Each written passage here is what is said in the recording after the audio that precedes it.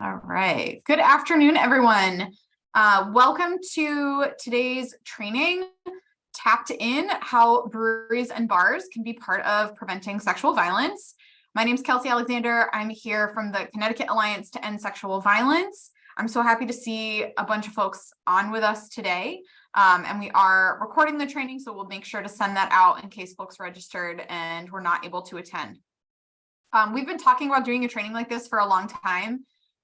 Connecticut has a ton of bars and craft breweries, and I personally feel like it's a very obvious connection to me why these are some of the types of spaces that we want to have more engaged in sexual violence prevention. There's immense possibility and power and opportunity in those kinds of spaces for folks to be doing some really creative prevention work. So that's what we're going to talk about today.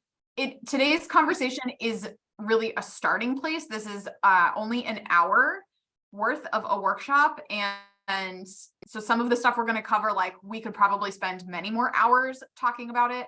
But I wanted to, since it is Sexual Assault Awareness Month, I was hoping to just get a few more folks engaged from the bar and the brewery space and field in thinking about sexual violence as a topic that you all, I'm guessing, do care about. And if you're not totally sure, like what your role or what your place is in preventing sexual violence, I'm hoping you're going to leave here today with at least a few more ideas to get you started.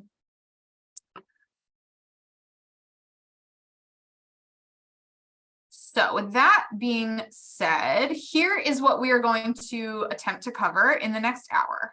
I am going to give a little bit of an overview of the sexual violence resources in Connecticut for anybody who's joining us from a bar or brewery or that field. You're probably a little bit less familiar unless you have a specific partnership with your local sexual assault crisis center, which I know some of you do. I know there's just so many spaces, and we're always trying to get the word out about things like our hotline and all the services that our amazing sexual assault crisis centers offer. So we will talk about that briefly. We're going to spend a little bit of time thinking about our own personal and then also our workplace connections to sexual violence. Why do we care about this issue? Why should the places we work in care about this issue? I'm going to share a bunch of different options, and I want to hear other ideas from folks that are in the audience today for how we can make the bar and brewery spaces in Connecticut safer, both for staff and for customers. And then we're going to end with some concrete steps that you all could start taking to bring sexual violence prevention into your workplace. I know we have a bunch of folks here today who work for one of our sexual assault crisis centers.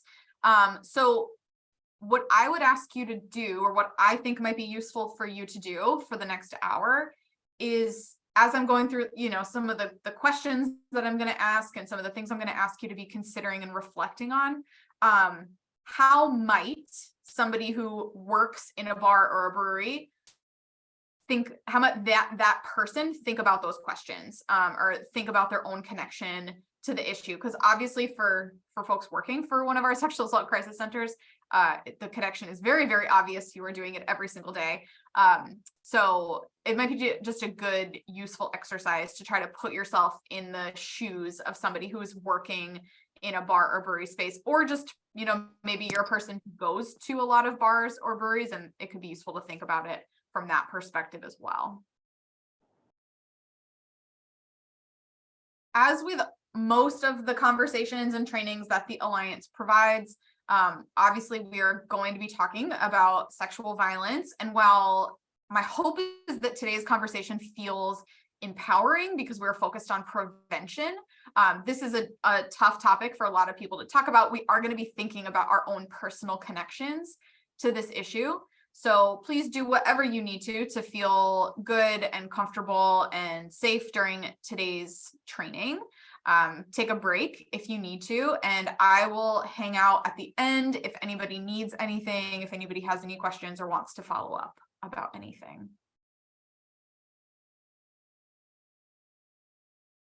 So just to ground us all in what is at the heart of our conversation today. I use the phrase sexual violence pretty casually. Folks that work in our field, we use this phrase all the time.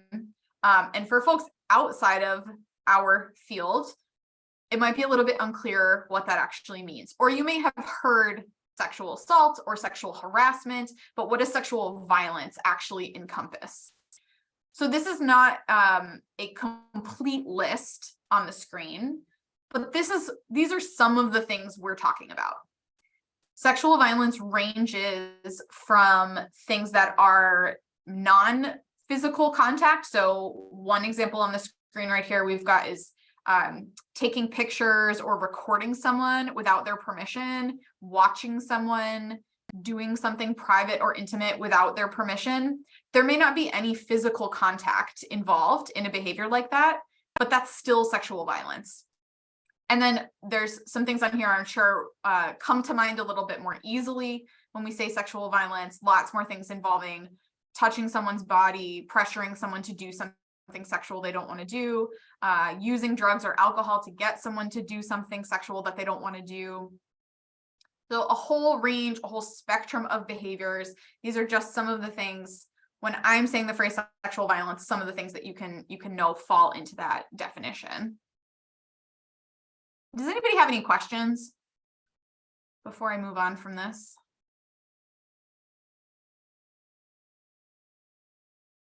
Okay. All right, so what are the resources that exist in Connecticut for victims and survivors of sexual violence? I'm going to give the briefest overview of this information. If anybody has specific questions about who is the Sexual Assault Crisis Center in my area, where my bar or my brewery is located, we can definitely answer those. Feel free to put those in the chat or to unmute yourself and ask a question. There is much more we could talk about here, but I just want to make sure everybody has a little bit of baseline understanding if you've never heard about the sexual assault crisis centers that exist in Connecticut. So the great thing about living in Connecticut is that no matter what town you live or work in, you have access to free confidential services for all survivors and victims of any kind of sexual violence. So all the things that we saw on the previous slide, plus a bunch more things that I didn't put on there because there are many other kinds of behaviors that are considered sexual violence. Anybody who's experienced any of those things recently or many years ago, sometimes people have experiences when they're a child or a young adult, and 20, 30, 40 years later, folks can still be feeling some of the traumatic effects from that experience and want to reach out and get some support and services. So they're welcome to do that. It doesn't matter when the sexual violence happened. It doesn't matter if somebody has reported something to the police or not. All of the services provided by the sexual assault crisis centers in the state are available for everyone. You can see in the bottom corner here, I will have these numbers pop up again in just a few slides, a little bit bigger, but we do run 24-hour confidential hotlines in the state of Connecticut. And as you can see from the map here, the state is broken up into like catchment areas, or there's 9 agencies in the state that each serve a handful of towns, or in some cases, a lot of towns. So which agency specifically serves your town? Like I said, we can answer that question in the chat. All that information is also available on our website, which I'll make sure we put in the chat for you at some point today. But here is an overview of the services that all the sexual assault crisis centers in Connecticut provide. I mentioned the hotline. Recently, we did update the hotline to include a chat and text feature as well. This is specific to the English version of the hotline. I have a little bit more information about the hotline coming up in just a second, but we do have texting available if somebody goes through the English hotline. There's also a Spanish hotline available, and folks can have an interpreter or translator be present on the hotline. If somebody needs a language besides English or Spanish, advocates can get connected to Language Line to do that. All of the sexual assault crisis centers in the state do a lot of community education, prevention education, working mostly in K through 12 school settings, talking about consent and boundaries and healthy relationships, and trying to build other skills for young people to have the safest, healthiest relationships in their lives as they can. The advocates at our sexual assault crisis centers provide medical, police, and court advocacy and accompaniment. So that means if somebody goes to a hospital because they've been sexually assaulted, maybe they want to have a rape kit or a forensic exam done, they can have an advocate be present with them at the hospital during that exam, or just to answer questions or get more information about the services they can receive. The same thing is true if somebody wants to file a police report or needs to go to a police station to do an interview. They can have an advocate present with them for that. And the same is true if somebody does end up needing to go to court, even if something doesn't go to trial, but if somebody has to show up at court hearings or things like that, they can have an advocate present with them as well. All of these services are free. All of them are confidential, and they're available to anybody in the state who is a victim or a survivor of sexual violence. The sexual assault crisis centers, also one of their core services they offer is short-term supportive counseling. So this is different from therapy. Short-term supportive counseling is really designed to just kind of get someone through a crisis or help someone get back to sort of a baseline level of being able to function and move through their healing journey.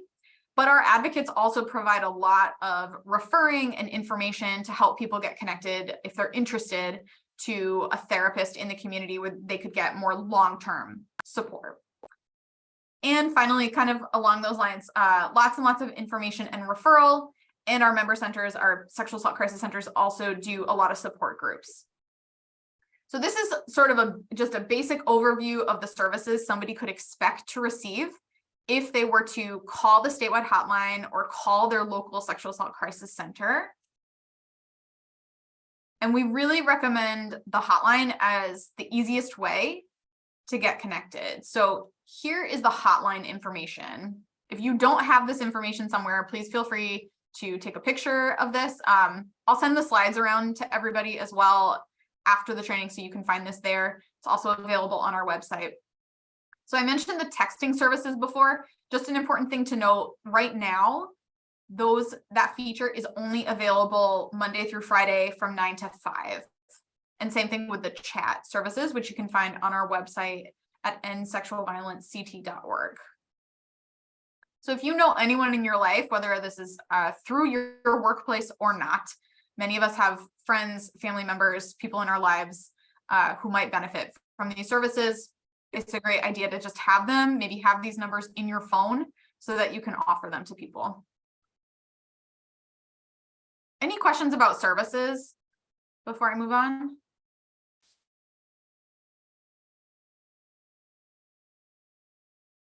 All right.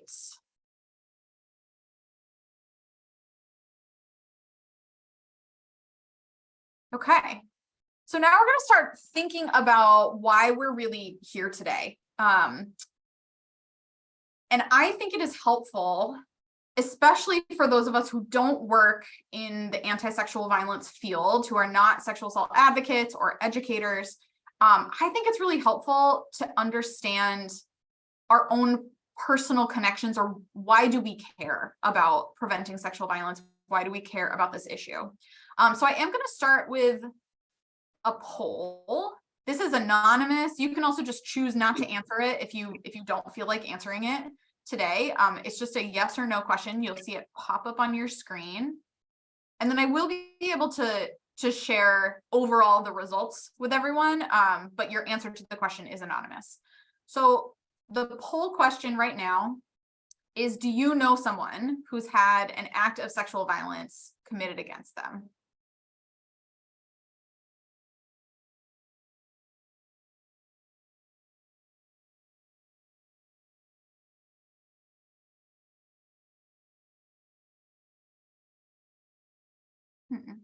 I'm not actually seeing answers come in on my end, Jesse.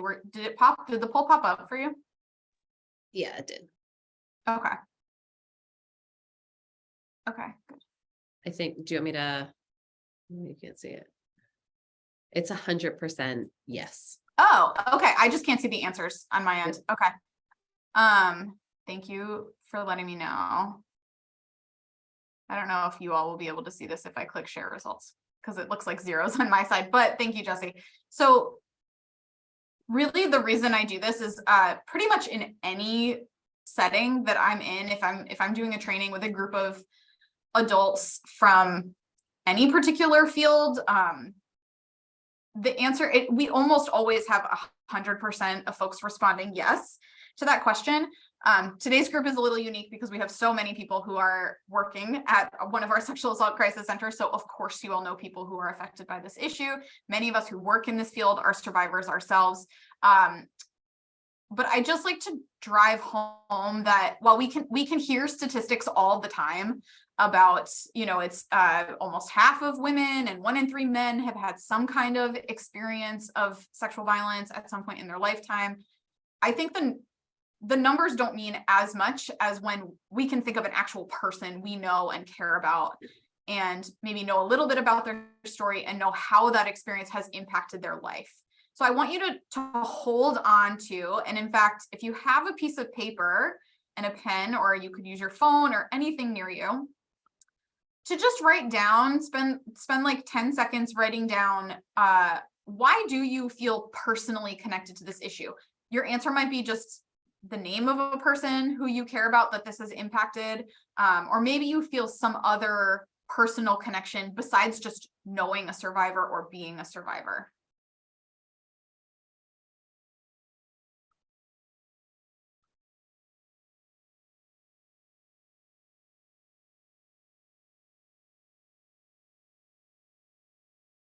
And I'm not going to ask anybody to share that, but that's really just for you to have in front of you and to keep you connected to why you're here today and why you want to talk about this issue.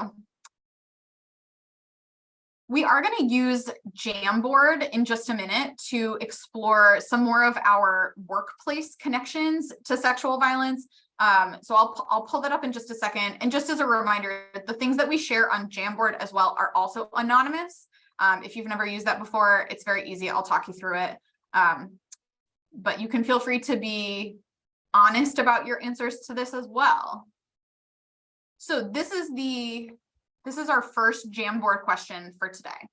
Why should bars and breweries care about preventing sexual violence? So this is not so much you and your own personal connection or why you care about ending sexual violence and working towards this, but thinking specifically about bars and breweries as places of employment, as gathering places. Why should these spaces in particular care about preventing sexual violence? And we will maybe share some of these out loud, but before we do that, I'm going to ask folks to use a Jamboard to put some of your answers to this question on the slide. I'm going to just drop this link in the chat. If you've never used Jamboard before, it is pretty easy. So click on the link that I just put in the chat. You will see like a sort of looks like a slide that pops up and it has a question on the top. We're going to skip the first one. We're going to go right to number 2. So you might see the one that first pops up says, what is your personal connection to sexual violence? We're going to just hit the arrow at the top so it takes you to slide 2 out of 5. And then over on the left-hand side, you'll see a little vertical like menu of tools that you could click on. There's one that looks like a sticky note, and if you hover over it, it says sticky note. If you click on that, it'll pop up a sticky note and you can write your answer. When you click save, it'll show up on the screen. It's anonymous. We can't see who's posting what. Think about the answer to this question. Why should bars and breweries care about preventing sexual violence? And if you have an answer, click on a sticky note, write your answer and hit save. And we'll all be able to see everyone's answers on the screen.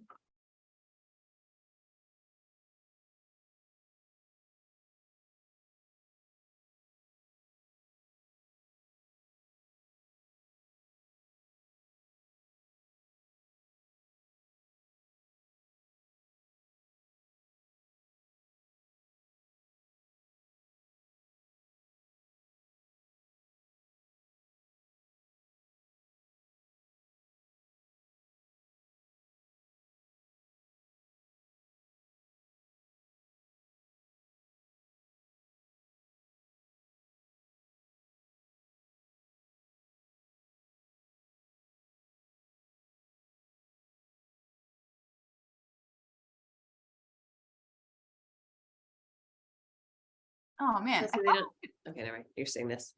oh man, I did edit that earlier, but it did not, okay, give me 1 sec. Sorry, everybody.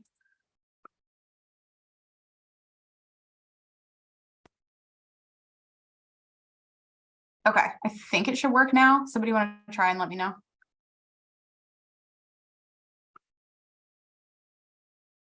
Yeah, if you refresh it, it should work.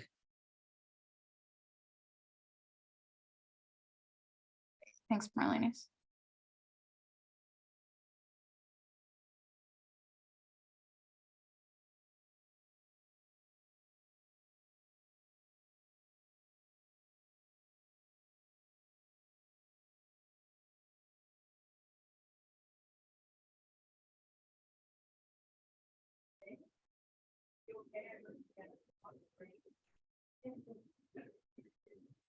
All right, I love that first answer up there, because bars and breweries want to provide a safe atmosphere for all patrons.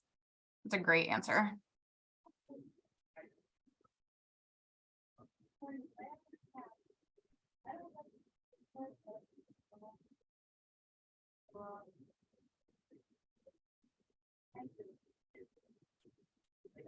Right.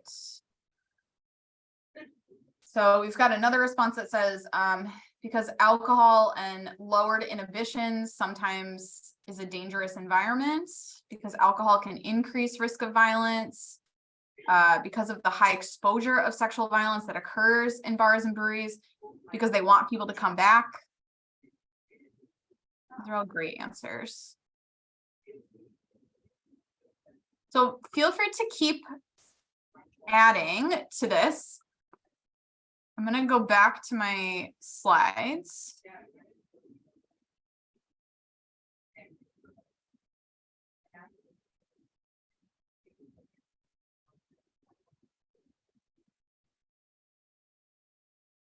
Okay, so here's a few suggestions or a few things that I came up with, some of which you all covered completely on the Jamboard. Why should bars and breweries care? So one that you all came up with yourselves is that alcohol is frequently used to enable sexual assault, or it is something that somebody who is trying to harm someone might use alcohol or drugs to lower somebody's ability to think for themselves or to act in a way to keep themselves safe. Customers could be sexually harassed and or assaulted while they're in a bar or a brewery. The same thing is true of employees, right? So I see responses on here related to like customer safety and wanting customers to keep coming back. We also care about the people working in these spaces, right? So they could have experiences at work that are really harmful. Also, employees themselves are likely survivors. There's certainly, we know how common sexual violence is. There are certainly people working in bars and breweries in Connecticut right now who are survivors of sexual violence themselves. And it could affect how they feel at their place of employment, if they feel safe or not, depending on how seriously that space is taking this issue. And then one sort of related to what folks said about wanting customers to keep coming back. We know that sexual harassment and assault, if there's public information about something that happened in a particular bar or a brewery, that can damage a business's reputation, and ultimately that affects how much money people make or their ability to stay open and things like that. So certainly other things besides what's just up on the screen here, about a few answers to the question, why do bars and breweries care about this issue? I also want to share a little bit of data or a little bit of research we have about the connection between sexual assault and alcohol, and specifically with regard to bars and clubs and this type of industry. So we know that about half of all sexual assaults committed by somebody known to the survivor. So most sexual assault is done by a person to somebody who they know. It's not as common that we see like stranger sexual assault or sexual violence happening. So about half of all sexual assaults committed by someone known to the survivor involve alcohol.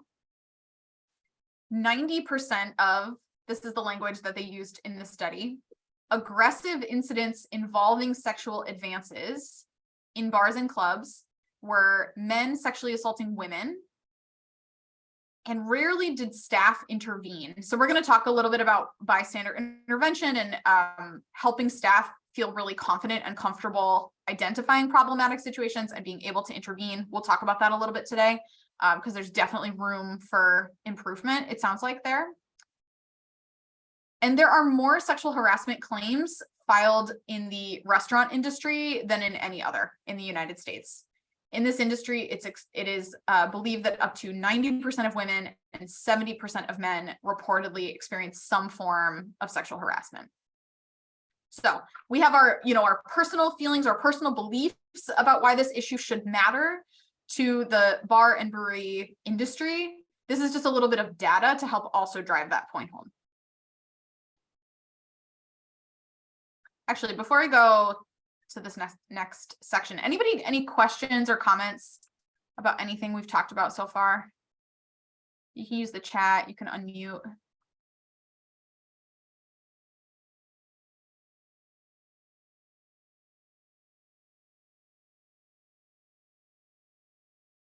Okay. Feel free to jump in at any point. Don't worry about interrupting. You can, if anybody has anything you want to ask or anything you want to say, you can just go right ahead. All right, so this I am going to ask folks to share in the chat or to share out loud if you feel comfortable. So thinking back to not just our connections to the issue of sexual violence, but what are the things about you as a person, like values that you hold that make preventing sexual violence a priority for you? And I would love to, if people want to share some of their answers in the chat or out loud, I would invite folks to do that. To give an example, one thing that I really believe in is that people should get to be in charge of their own bodies, right? Like bodily autonomy is a phrase we use a lot in our work. So that if I believe in that, that means I care about preventing sexual violence, right? Because sexual violence is an act of removing somebody's own choice about what happens to their own body. So that's a value or like a belief that I have. What other beliefs or values do you hold that make you care about this issue?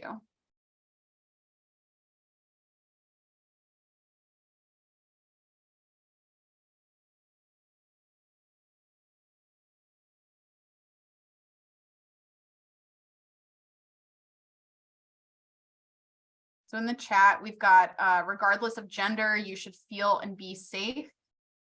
The idea that, quote, I am my sister's keeper, even if I don't know them. That's really powerful.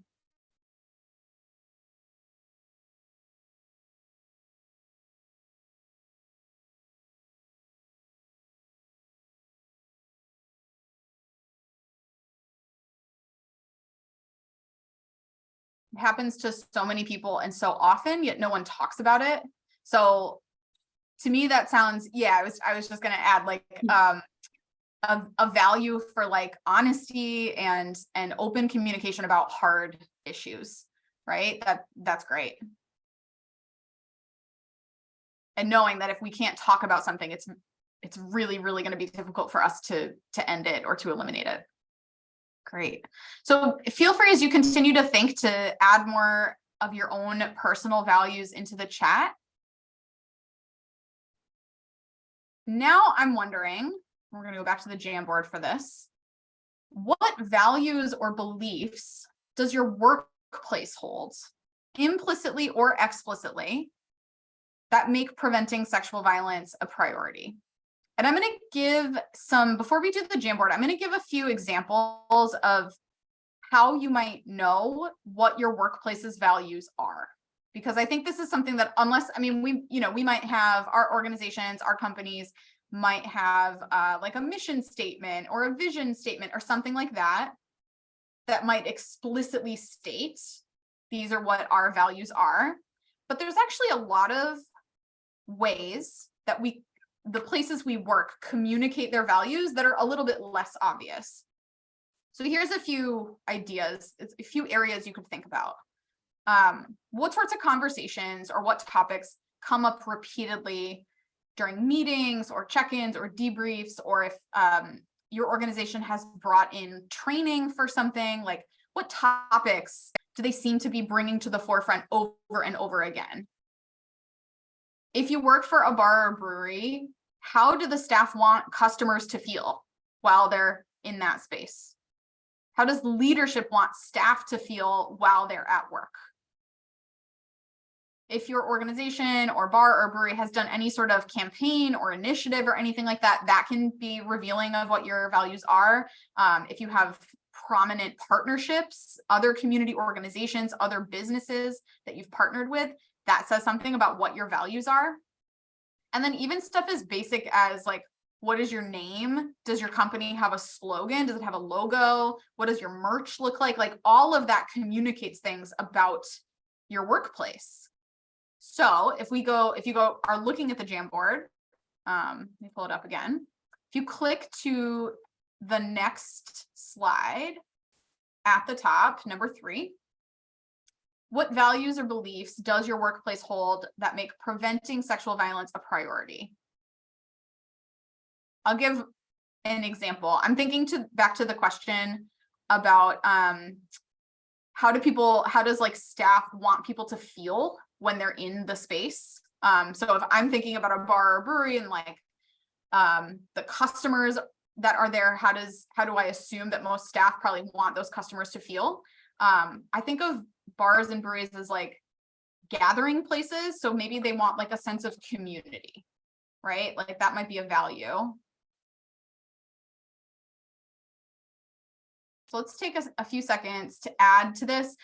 Again, if you work for one of our sexual assault crisis centers, try to imagine what are some of the values that your local bars, breweries, any place that you might have gone, like what are some of the values that they might have that can help them connect to the issue of preventing sexual violence?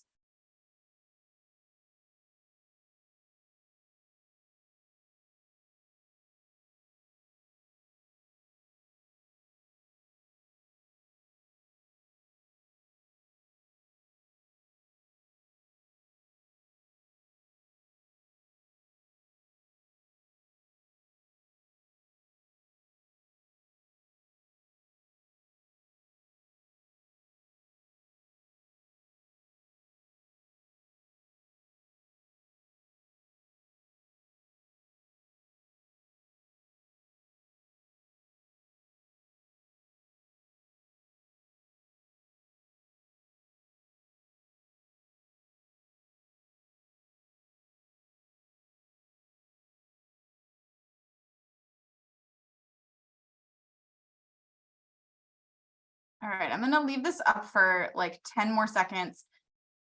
This is a hard question to answer, but I do think this is at the root of if you work for a sexual assault crisis center and you are hoping to get more of the bars, breweries in your area to partner with you on stuff, I think this is really worth exploring. If you might not have the answer to this question because it's not the space that you work in, but if you're having conversations with one of your local establishments like this about partnering, it's definitely worth asking them, how do you want people to feel in your space? How do you want your staff to feel while they're at work? What are some of the things that you believe in? I'm guessing safety is one for a lot of people. Nobody wants anyone to feel unsafe while they're at their bar or brewery. They don't want the staff to feel unsafe. So a few others that popped up on here, that everyone is deserving of respect. And somebody speaking as a former bartender, teamwork and having coworkers' backs. Excellent.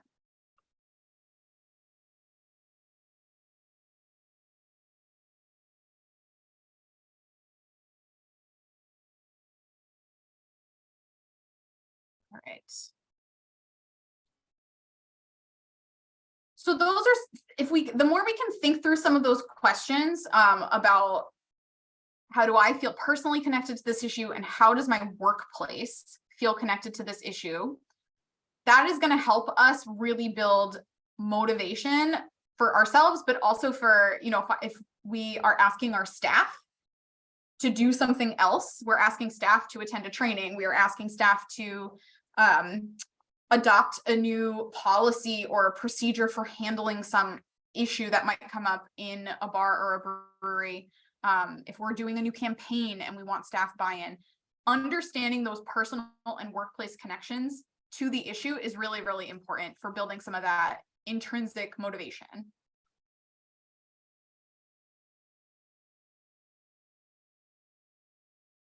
So another thing we talk about a lot in the anti-sexual violence field or in the violence prevention field is the idea of setting norms. And our norms are sort of the unspoken ways that people behave or people treat one another when they're in different spaces or in different communities. So for folks that are working in bars and breweries, particularly folks that are in a leadership role in those settings, you all can come up with creative ways to communicate the norms that you want for your space. So one example, like we can do, you probably have, like most places of business have like codes of conduct or policies, or when a new staff person is hired, they might be given like a handbook or a bunch of information about like, here's what's expected of you. You work at this place, you got to show up at this time, you got to do your shift, you leave at this time, etc. That's great. That's going to provide that person some information about how things function, but that person is going to learn a lot more by just observing how do people actually behave in this space. So if like the policy is, or the expectation is that if your shift starts at noon, you got to be there right at noon. But a new employee sees every time they show up that like, well, nobody really shows up right at noon. People tend to show up at like 12:10 or 12:15 and nobody really seems to care. That's more the norm of the space. That's probably how they're going to start behaving as well. So even though it's not written down, it's more informal. These norms can really shape how people behave in settings. So the question I have for anybody here who is from a bar or brewery to think about for yourself, but also for folks that are coming from our sexual assault crisis centers, how do we know when we're going to focus right now on workplace culture. So right now I'm thinking a little bit about employees, people who work at bars or breweries. How do the people who work in those spaces know what is acceptable or typical when it comes to how people treat one another? Does anybody have any ideas about that? I know I sort of just gave one example, which was just sort of observing the other behaviors of people around them, right? How else would somebody, as an employee of a bar or a brewery, know how they're expected to behave, or what sorts of behavior is okay or not okay? Feel free to use the chat or to unmute if you have an answer to that question.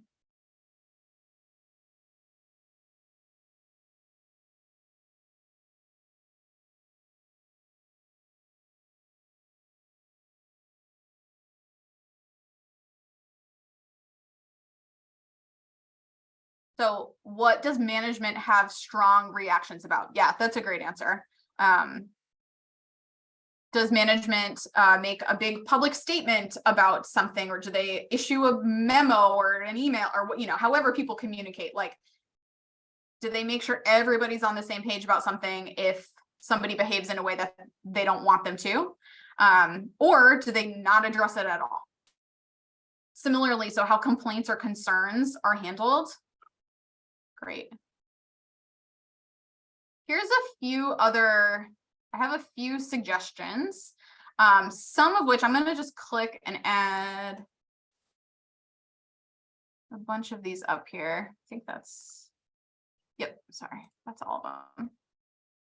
So there's actually a bunch of ways that we learn about our workplace's culture, some of which are exactly what people put in the chat right now. These are some other suggestions I have, kind of similar to understanding the values of a place that you work. There's, like what sort of training are you expected to go to, or what kind of training do they make a point of inviting someone in? We're all going to spend as a staff like time talking about this and learning about this together. There's also like what kinds of events does this workplace hold? What sort of, whether that's like celebrations for the staff, or it's just the events that the place puts on for the general public, that communicates something about the culture of the space. What does the physical space actually look like and feel like? Are there indicators on the walls, in the bathrooms, if staff has like a private, like just staff only space? Like, is there anything in that space that communicates how we want people to feel or behave or anything like that?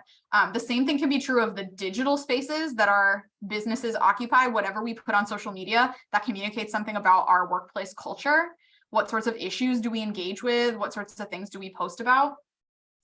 Again, what partnerships do we have? What community partners do we want to invest in and want to bring into our space or partner with on other things? We talked about policies a little bit, but I will say that like mandates and policies are only going to go so far when it comes to workplace culture. And then also things like the merch that you sell, and even the names of the beer that the different beers that breweries offer or bars offer. And we have a few examples of that in a little bit. So I'll show you that in just a second. But all of those things collectively communicate what a workplace culture really is. And the same is true, not just for employees, but also for customers, for patrons. They're going to get the same information or they're going to get information in similar ways. So these are some of the ways that customers and patrons are going to learn, like, how am I allowed to behave in this space? How am I expected to treat staff? How am I expected to treat other customers or my friends or, whoever I'm with, right? What does this breweries or bars like social media tell me about them? I have seen in some places sort of codes of conduct, or like if there's a particular way that a bar or a brewery really does not want people to behave or really does want people to behave, sometimes they put it up on the wall. Like there's something on the door, or I think it's very common that we see, especially in establishments that are like near the beach or in like communities where people going to the beach is very common, like the no shirt, no shoes, no service. Like that's a norm or like a workplace culture kind of thing that's just posted on the door and nobody thinks anything of it, right? But people know that if they walk in there without shoes on, they might get kicked out. That's a really good example of how places can set some of these norms and establish their culture. I don't know when we started putting that on the door of these establishments specifically, but you could do that with lots of stuff, right? So here's a few examples of how literally the product that you might be selling can say something, whether you intend for it to or not, can say something about like, what do you think is acceptable behavior or unacceptable behavior in this space, right? So these are not all from like the same brewery, and there's probably many, many other examples out there that we could have pulled in, but just a few examples of like, what messages might somebody be receiving, a staff member or a customer, if they're working or hanging out in a space where they're selling beer that's got, clearly trying to monetize people's bodies. I think put in some of these cases, like women in really like vulnerable positions, potentially. It sends a pretty clear message, right? Particularly if, I guess where this message feels also really strong to me is if I worked for a place that said, well, no, we really, really care about people feeling safe in this environment. And we really care about our staff and our customers not being sexually harassed and not experiencing sexual violence. But then we're selling beer that has some of these images on it or some of these names.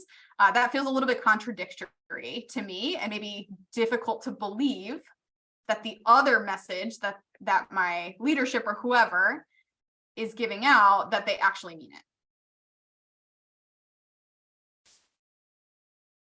All right, so I'm feeling like we're a little bit low on time, but I have a bunch of suggestions just to get people started thinking about, okay, if I feel connected to this issue, my workplace is connected to this issue in some way, what am I actually supposed to do? So we're gonna get into a bunch of potential options. If you work for a bar or a brewery, if you work for a sexual assault crisis center and you want to bring some of these ideas to some of your potential new community partners, here's what we've got for you today. Find creative ways for your bar or brewery to highlight the values you have that support sexual violence prevention. So this is a little difficult to see, but the picture on the right is of a beer that was like a collaboration between this particular brewery and their local sexual assault crisis center. So it's not clear to me from the picture if they were like, you know, some of the proceeds from selling this beer would go to that sexual assault crisis center. Potentially that's what was happening here. The beer is called the 10K IPA Empower Edition. So it's, you know, in the theme of empowerment and other things that sexual assault crisis centers care about. You could think of other ways to highlight that you care about people feeling safe, people being safe in your space. I think things like coasters and things on the wall and messaging that's in the bathroom or like behind the bar, like get creative, think about how you can display some of those values and things you want people to know about your space. Revisit de-escalation and bystander intervention training regularly with your staff. If your staff has not been trained on de-escalation or bystander intervention, start by just getting them trained. But then you've got to talk about these topics over and over and over again. Even better, you've got to practice these things over and over and over again. You can get some like baseline training about how do we intervene, how do we de-escalate somebody who's potentially behaving dangerously or is going to hurt someone else. But then if staff don't have opportunities to actually practice those things and get feedback from their coworkers about like, here's how you handled it, here's a different way you could have handled it, here's why that might not have worked, then when the moment actually arises, people are not going to feel ready to intervene. So we've got to practice that. Safer Bar is an example of a program. There are different training programs out there that are specifically designed for bars and breweries to learn how to de-escalate and intervene as bystanders. If anybody has questions about this or is looking for this kind of training, you can reach out to me. We can help you find a training that's going to be a good fit. Create clear policies that hold staff and customers accountable for harmful behavior. And make sure that these policies are widely publicized and known and posted up in the break room and I don't know, have something in the entryway when customers are walking in, or have something in the bathroom, or like if we don't share with the public and with our staff what our policies are, then we can't expect people to follow them, right? So have clear policies that embody your values, that say, this is how we want people to be treated in this space. Here's what we're going to do if people are not respecting these.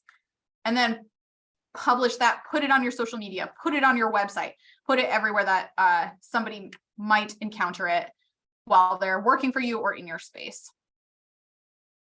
There's also probably, if folks are not sure what a policy like this should look like, that's also something you can reach out to me at the Alliance for.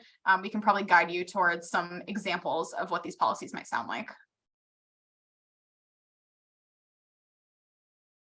Ensure that staff and customers know how they could report harmful behavior. I think having anonymous reporting options is really helpful. So maybe that's through some part of your website, or for staff and employees, like you have to come up with some sort of anonymous reporting option that is going to work for them to be able to say, like, this person sexually harassed me, this person harmed me in this way. But you need ways for customers to be able to do that as well. How are customers going to be able to get staff's attention or let someone know that they need help. Or maybe they don't need help anymore, but they just want to make it known that like there's a person who is regularly a problem who is coming into your space. We got to give people options to be able to do these things, and then make sure that we're actually following through on like taking the report and doing something with it and communicating with whoever we need to about the outcome of that. And finally, partner with your local sexual assault crisis center. I apologize, the logos are a little bit blurry on the bottom, but that is all of the 9 sexual assault crisis centers that are in the state. Many of them are represented here today in our audience. Bring them in, have a meeting with them, talk to them about what they would like to see happen in bars and breweries in your community to make those spaces safer and to eliminate some of the sexual harassment and violence that happens in those spaces. The picture here on the right is from an event that the Alliance did. It was called She's Into Beer. It was a summit. They are having the same event again in October and already asked us to come back to, we did it like a table. We gave out a bunch of materials and information about services in the state. I also spoke at the event. So I would recommend, if you're going to bring in your local sexual assault crisis center to like partner on an event with you, give them a table. That's awesome. Also let them speak, let them like have a little bit of space, have an opportunity to talk to your staff or to talk to customers to really get the message out, like why we should care about this issue. So if you're wondering who your local sexual assault crisis center is, please feel free to ask us. We will let you know. But we recommend going to their website, finding their phone number, giving them a call, and getting that partnership going. The last thoughts I want to leave you with today: preventing sexual violence is everybody's responsibility. Many of the people here, it is our like employment responsibility to do this work. But the only way we are actually going to end sexual violence or reduce rates of sexual violence in our communities is if we have everyone in our communities tapped in, caring about this issue. So that includes people working in bars and breweries, anybody working in any sort of community space where there's people gathering and there's potential for harm. Your employees, your coworkers, your customers are affected by this issue. Just because it's not something we talk about regularly in a bar or brewery setting doesn't mean that it's not something that's going on in people's lives and affecting people when they show up to your workplace every single day. And I believe that taking steps to show that you care about preventing sexual violence is really like a win-win-win-win situation. There's so many potential benefits of doing this. From people literally just feeling safer in your space, your staff feeling more supported, people knowing that they're going to be taken care of. We're going to hold people accountable if they're not behaving appropriately in these spaces. Developing strong partnerships with your local sexual assault crisis center is going to mean that more people, your staff, your customers, get the support they need if they do experience some kind of violence. And that those kinds of partnerships also can bring in new customers and like bring in a new audience for you. And ultimately, I think why we're all here, we don't want people to be harmed in the spaces that we're responsible for. And that's another very likely potential outcome from you developing these partnerships, adopting some of the strategies we've talked about here today. So if you are not sure where to start, if you need any more information about anything that I've shared here today, please contact me. Please send me an email and I will respond very quickly with as much information as I can possibly give you. And I know we only have a few minutes left, but if anybody has any other questions, comments, anything else you feel like you would need to get started working on partnerships like this, please feel free to put it in the chat or to unmute.